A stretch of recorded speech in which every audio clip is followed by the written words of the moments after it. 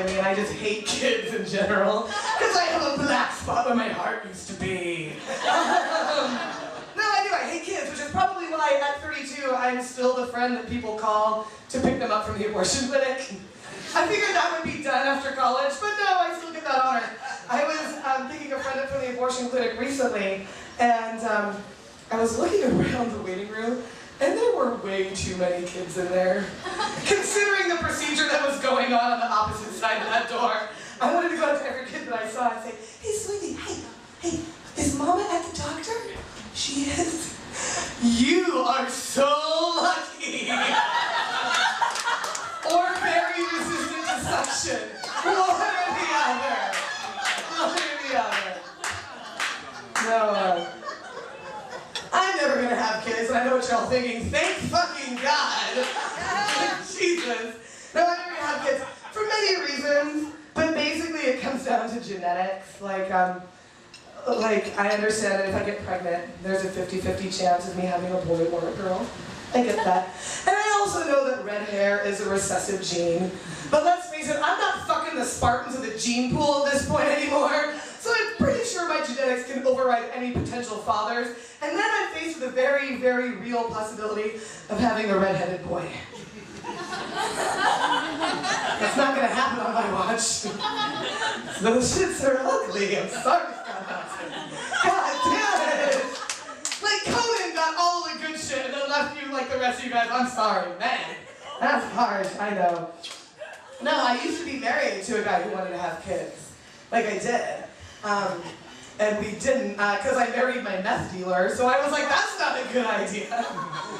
We filed that marriage under like least shocking divorce ever. No, I married my meth dealer, and then we got clean together, and we had to get divorced after that because we learned that the things that we basically had in common were picking scabs, cleaning our bathroom with a toothbrush, and good hard blows to the face. After that, there was just nothing left to look forward to. So so we got clean, and then what happens when you get clean for meth? You get fat. And I got really fat. And I'm like cute little plump that I am now, like really fat. Which is like, it's easy to see why. I was on a steady diet of like 9 bagel bites a week, radioactive Vegas tap water, and Sudafed derivatives. Like, I flew like a goddamn balloon. And the impetus I had to lose weight was, I was shopping at the fat girl store, and I was about ready to run out of sizes. Any idea how hard that is? When you're looking at being a size 30, and then you're just sewing feed bags together, hoping to make a suitable dress for the prom. Like, that's like, you gotta, something's gotta give at some point.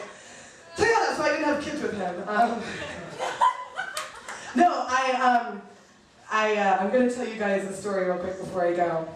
It's the best story ever. For those of you who don't know, I had a really fun thing with a celebrity in October.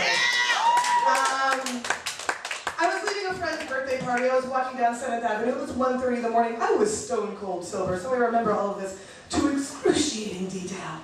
I see a man stumbling down the street, stumbling so drunk I've never seen a man walking so drunk in his life. Next to him is a friend that's holding him up. The drunk man takes one really extravagant stumble, and his friend goes, "Whoa, Kiefer, Kiefer, Kiefer, Kiefer." Yeah, there's only one drunk Kiefer in the world.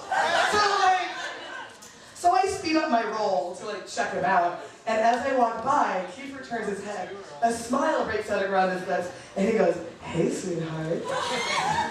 Now let me tell you something. I went through adolescence and puberty in the late 80s, early 90s. I spanked it to the Lost Boys more times than I can count. So he looks at me and he said, "Come on over here." And I'm like, "Fuck yeah." So I go over to Kiefer. He puts his arm around me. He looks at me and he goes, "You want to hang out with me?" I might have actually said duh to him. It doesn't matter. This is the best thing. This is so fucking true, every word of this. He looks at me and he says, "What's your name, sweetheart?" So I'm Crystal. And he goes, "I'm Kevin Bacon." I'm like, "No, you're not." He's like, "No." Okay. So we go to a bar. He takes me into a bar. We walk in, needle off the record. Everybody's staring at us. He gets me a chair We get some drinks, we sit down, we start chatting. I say, Kiefer, I says, Kiefer, what are you doing these days? And Kiefer says, me and my friend want to fuck you.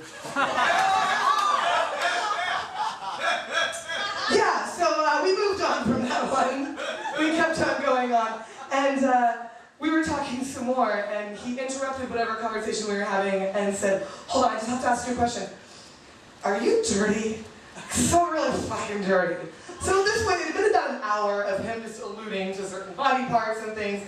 And so I'm like, I'm gonna fucking call Kiefer Sutherland's bluff. So I said to him, I said, I don't know. I can be pretty dirty. And then he leaned into me and he went, oh yeah?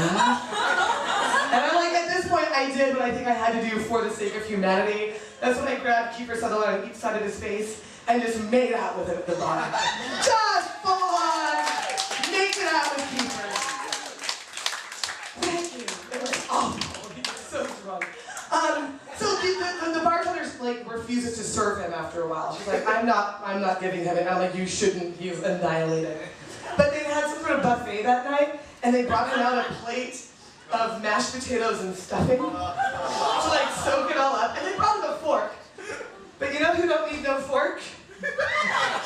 Jack Bauer.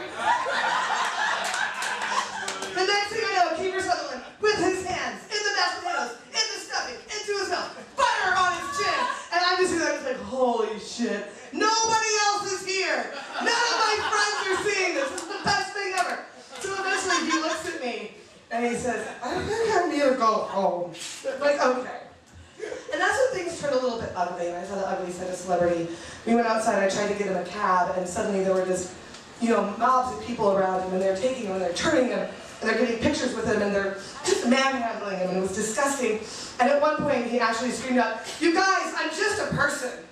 Right, and it was really affecting, and it would have been more effective if after he said that, he didn't turn to me, drape himself on me, and then whisper drunkenly in my ear, I won't make you come so hard.